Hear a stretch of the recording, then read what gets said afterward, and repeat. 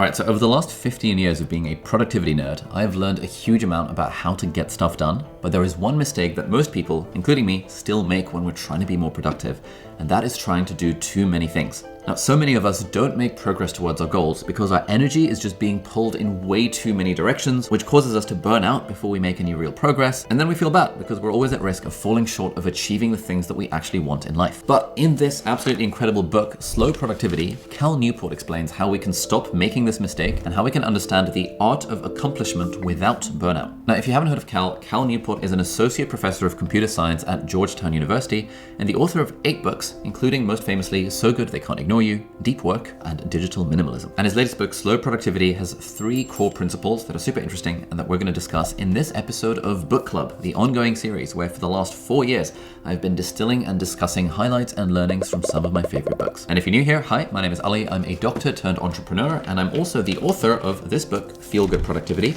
And this book is about how to do more of the things that matter to us in a way that's enjoyable, meaningful, and sustainable. So it goes really well with the stuff that we're going to be talking about in this video. Okay, so before we talk about these 3 core principles, let's talk about the foundations here. And Cal basically makes the case that how we think about productivity is pretty flawed. Because, back in the day, productivity was really about like how many widgets a factory could produce per day or per month or whatever the thing might be.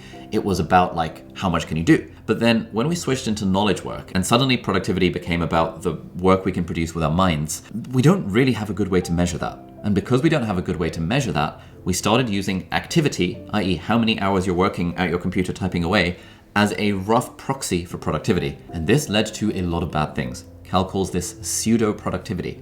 This is why, people feel burned out because they feel as if they have to be on the computers for 8 hours a day. Or like the dude who's working 12 hours a day in the office is somehow more productive than the person who's doing 6 hours, even though really the person doing 12 hours might be wasting their time doing a load of crap. But they look as if they're being more productive rather than actually necessarily being productive. And Cal basically argues that this is one of the root causes of the burnout that we're seeing, the increased people not enjoying their jobs, the feeling that you have to be on all the time, have to work weekends and evenings, the Zoom fatigue, all of this stuff broadly stems from this idea that activity is the core metric of productivity. And what he basically argues for in the book is a slow revolution, and that's why the title is Slow Productivity. So similar to how there's fast food and slow food. Fast food is like McDonald's, and slow food is where it's organic and nice and more sustainable and stuff. There's fast fashion, which is like H&M and Zara. And then there's slow fashion, which is higher quality stuff. It's probably a bit more expensive, to be honest. It's probably more sustainable. Similarly, he argues that we want to have this slow revolution when it comes to productivity. And what he does in the book, which is really interesting, is that he looks at famously productive knowledge workers from back in the day. So people like Galileo and Isaac Newton and Jane Austen, these people that we wouldn't traditionally think of as knowledge workers in the modern era, but they were the knowledge workers from back in the day. And they had so much autonomy over how they would spend their time. So what Cal is basically trying to do here is he's trying to figure out okay, if you have all the freedom in the world and you want to create masterpieces that span centuries that we're still reading today, what were the sorts of rituals and habits and processes that these famous people from hundreds of years ago, how did they produce all these amazing works? And based on doing an enormous study of these and telling some really cool stories in the book, which you should definitely read, he teases out 3 core principles, and that is what we're going to be talking about in this video next. Oh, quick thing, if you're watching this before the 30th of June 2024, you might like to check out a completely free quarterly alignment webinar that I'm hosting completely freely for everyone in my audience. It is happening 3 to 5 p.m. UK time on Sunday, the 30th of June, 2024. The idea is we're going to spend 2 hours together. I'm going to be facilitating here on a Zoom call with hopefully hundreds, if not maybe thousands of people from all around the world.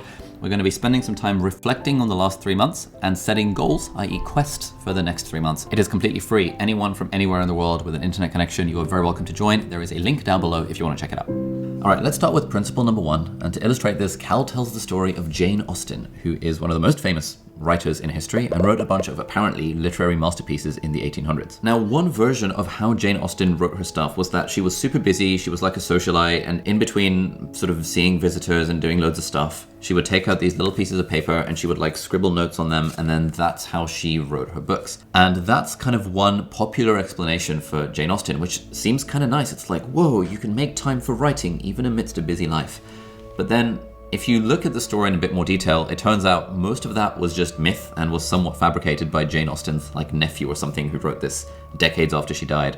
And primary sources who were actually around at the time basically say that the 4 or 5 year period in which Jane Austen was able to produce her bangers was when her family retired to a country house in the middle of nowhere, reduced all of their social obligations to basically zero, and she had expansive amounts of free time to just focus on her work.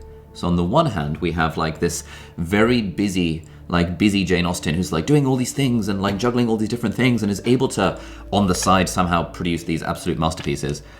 But that's a bit of a myth. Really, it's when she had large expanses of free time that she was able to do her best work. And so Cal writes, this lesson, that doing less can enable better results, defies our contemporary bias towards activity, based on the belief that doing more keeps our options open and generates more opportunities for reward. But recall that busy Jane Austen was neither happy nor producing memorable work, while unburdened Jane Austen, writing contentedly at quiet Chawton Cottage, transformed English literature. Indeed, simplifying is so important to our emerging philosophy that I'll enshrine it here as the official first principle of slow productivity. And so principle number 1 is to do fewer things. Strive to reduce your obligations to the point where you can easily imagine accomplishing them with time to spare. Leverage this reduced load to more fully embrace and advance the small number of projects that matter most. I think it's worth reading the follow-up paragraph as well. So, the request made here, of course, is easier explained than actually implemented. Easier said than done. In the context of your professional life, busyness likely seems unavoidable. Clients demand attention, and managers drown you in requests. Even if you're a solopreneur in full control of your days, the need for income might undermine your intention to reduce your workload. Jane Austen's long writing sessions at her desk in Chawton Cottage can seem a fantastic mirage for the knowledge worker facing an endlessly full inbox.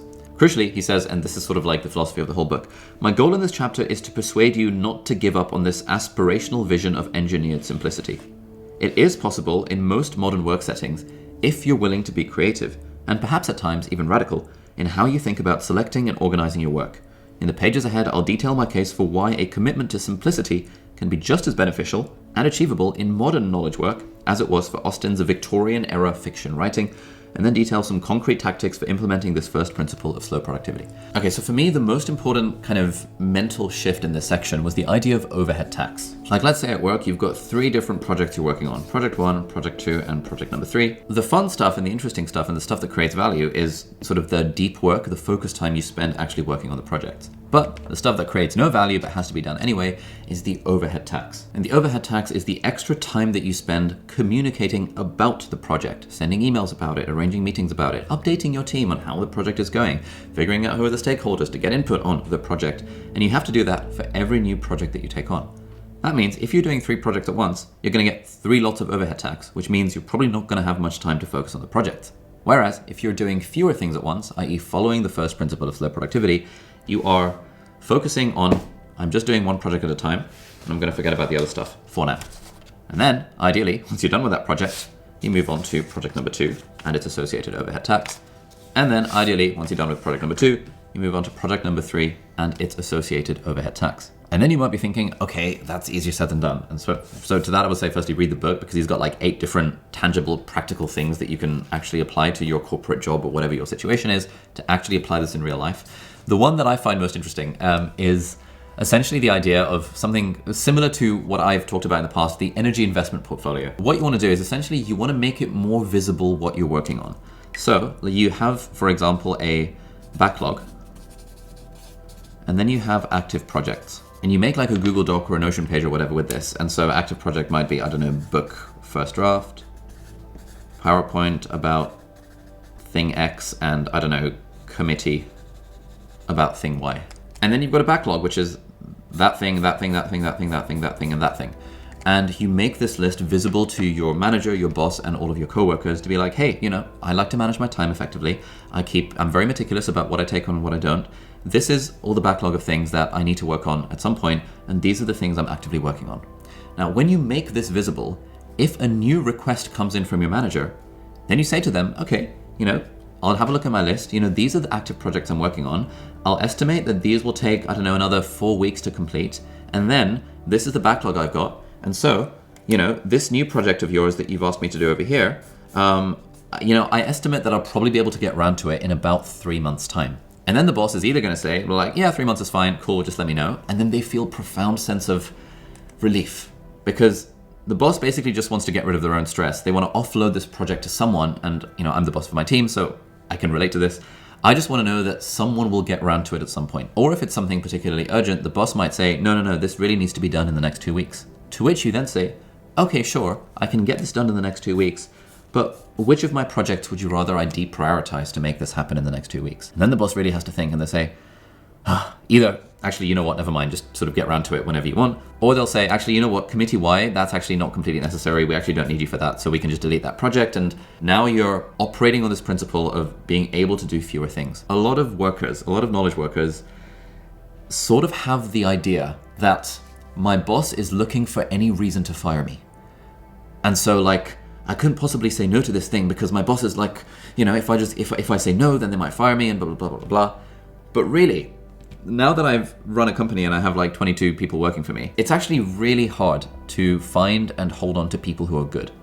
And so if you are good, if you're good at your job, you actually have way more power than you think. The boss is not looking for a reason to fire you.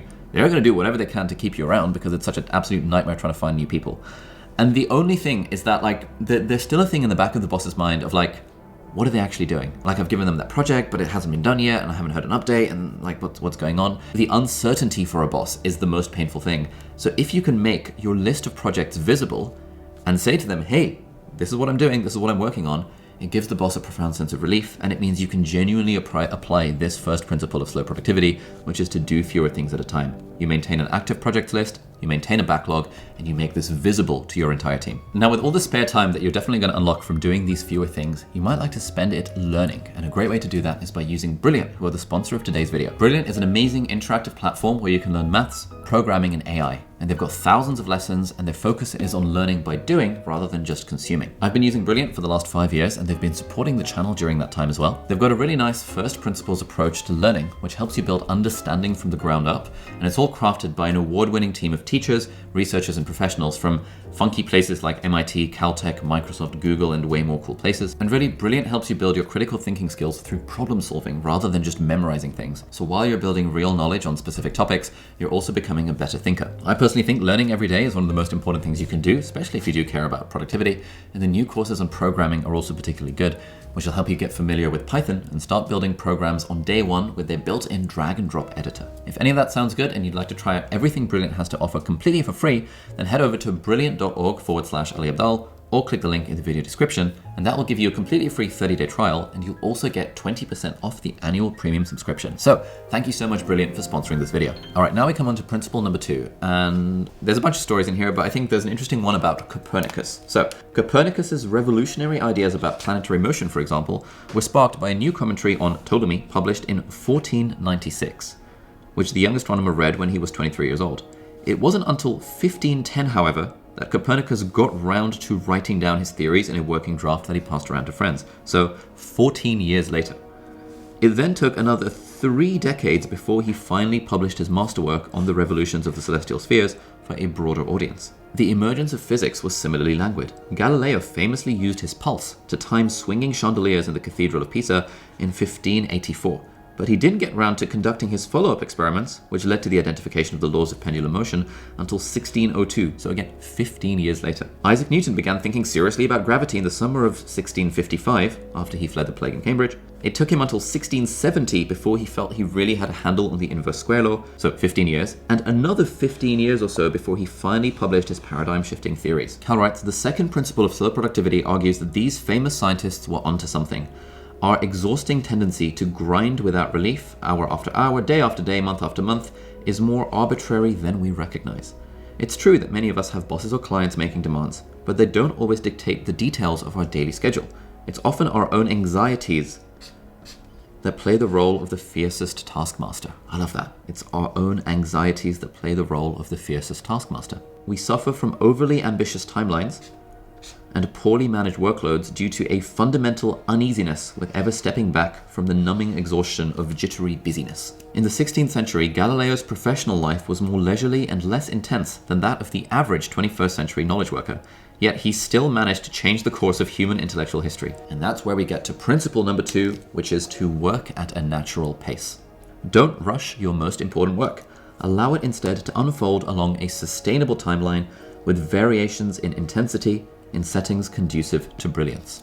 Now, Cal goes on to argue that essentially this modern obsession we have with like working 8 hours a day, 40 hours a week and stuff, is really a relic of the Industrial Revolution and factories and stuff. And actually, for most of human history, humans have operated on fairly seasonal and variable intensity kind of modes of operation. All these famous scientists, people back in the day who had lots of autonomy over their schedule. The modern construct of the 8-hour workday, the 40-hour work week, is kind of arbitrary and is not really conducive for our most important work. And again, there's like a dozen different practical tactics that are in the book, so you should definitely read the book. But one thing that I really took away from this was the idea of embracing seasonality, meaning that like just being a little bit slower during the summer months, or not taking on too many projects during the Christmas break, for example. So that's seasonality on kind of a long-term scale, but also embracing seasonality on a more micro scale. So for example, what I've done is I now have Mondays and Fridays that are completely devoid of any kind of work obligations, any meetings, anything like that. So I have one day a week, which is sort of my intense filming day. I have one day a week, which is for meetings, and I have all the rest of the time to work at a more natural pace where I can let ideas simmer and sort of tinker away in the background and be working on my next book and thinking about the ideas for that. And before reading Slow Productivity and really appreciating these principles, I kind of felt like, I really should be working on this new book. I want to sort of carve some time out to really focus on it. But now I'm like, actually, it's probably fine. Like, I don't need to work on this book right now. I can allow it to sort of percolate in the background because I want the next book to also be really good. Kind of like the first one. By the way, if you haven't checked out my first book, Feel Good Productivity, you should check it out. I want the book to be really good. And so really good things take time, and working at a natural pace is better for us. It's more sustainable, it's more humane, and it often leads to better work than trying to hurriedly sprint towards something in this age of overwhelm and this era of busyness. Oh, quick heads up, by the way, if you would like to read summaries of Cal Newport's other books, then you should definitely check out Shortform. There will be an affiliate link with a 20% discount in the video description.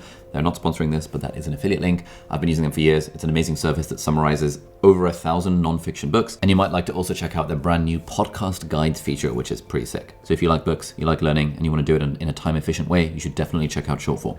And then finally, we come to principle number 3, which is to obsess over quality. Obsess over the quality of what you produce, even if this means missing opportunities in the short term. Leverage the value of these results to gain more and more freedom in your efforts over the long term. Now, I think it's worth emphasizing here, he's got an interlude about perfectionism, because obsessing over quality can be like, if you take that too much to heart, you might end up thinking that everything has to be perfect and you have to spend way too long working on the thing. This is a delicate balancing act. He tells a couple of stories in this interlude about perfectionism, but I really like this. This is a good general strategy for balancing obsession and perfectionism. Give yourself enough time to produce something great, but not unlimited time. Focus on creating something good enough to catch the attention of those whose taste you care about, but relieve yourself of the need to forge a masterpiece. Progress is what matters, not perfection. Now, I found that this bit of the book reminded me of some advice that I heard from a friend and mentor, Brendan Burchard, which is that often the difference between good and great is an extra 2 to 4 weeks of effort. And we think about this a lot when it comes to stuff within the business, where, if we release a course or something, it's like, it's pretty good, it's good enough, but if we were to give it an extra month, that would be the final layer of polish. We wouldn't want to give it an extra year, because on the, in the grand scheme of creating online courses, which are somewhat meaningless in the grand scheme of things, like an extra year is probably a bit too long. And trying to do it in an extra 2 or 3 days would result in a lot of this busyness and stress and stuff, which also isn't conducive to good work.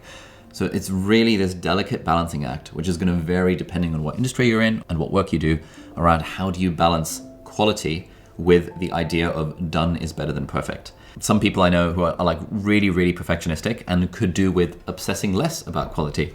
Some people I know are not very perfectionistic at all and could do with a little bit more obsessing over quality. The key thing that I personally took away from the book and reading this stuff is recognizing that it takes, like, good things take time. And that's not necessarily even time in terms of, like, it takes 10 years to produce something good, but it's just time to focus on the thing. And that means saying no to other shorter term obligations. One thing that this is very much a first world problem right now, but it's like, the thing I want to do is just keep on making good YouTube videos and keep on writing books. But now that I've released my book, I'm now getting all of these like speaking gigs where companies are paying me literally tens of thousands of dollars to fly business or first class to give a talk at their conference, which is often in the US. Now, thinking about like, I get to fly to America and go to New York and give a talk for insert big company here, and they're going to pay me 30 grand to do that. And then I get to fly back home, and that would take me like 4 days of my time. Bloody hell, that's more money than I would have earned in a year working as a doctor.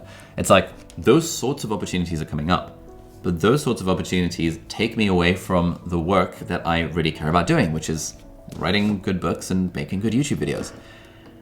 And everyone has this balance to some degree of like, do you want to take the short-term commercial opportunities, or do you want to focus on your craft?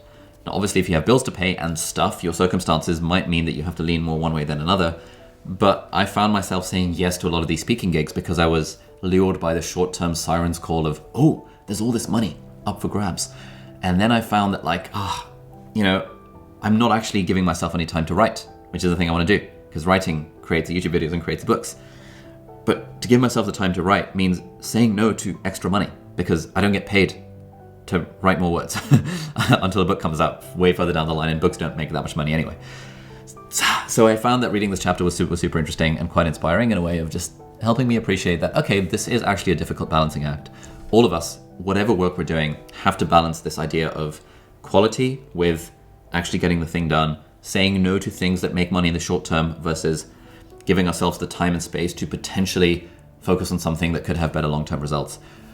It's a hard one. I don't really know the answer. But if you've gotten to this point in the video and you haven't yet checked out the book, you definitely should, because I think you'll really like it. It's absolutely sick. I've highlighted the crap out of it on my Kindle. And within Productivity Lab, which is my community for entrepreneurs, creators, and professionals to double their productivity, we're also starting a book club where every month we read a new book together. And so this is going to be one of the first ones that we do, because I just think it's super valuable and I think everyone should read it. And if you like this video and you're interested in a video about a book that complements this, but with a slightly different approach, you might like to check out that video over here, which is my video about the 12-week year, which is also a pretty solid productivity book that sort of goes against some of the principles of slow productivity, but also works nicely complementarily. So you should check that one out as well. Thank you so much for watching, and I'll see you in the next video. Bye-bye.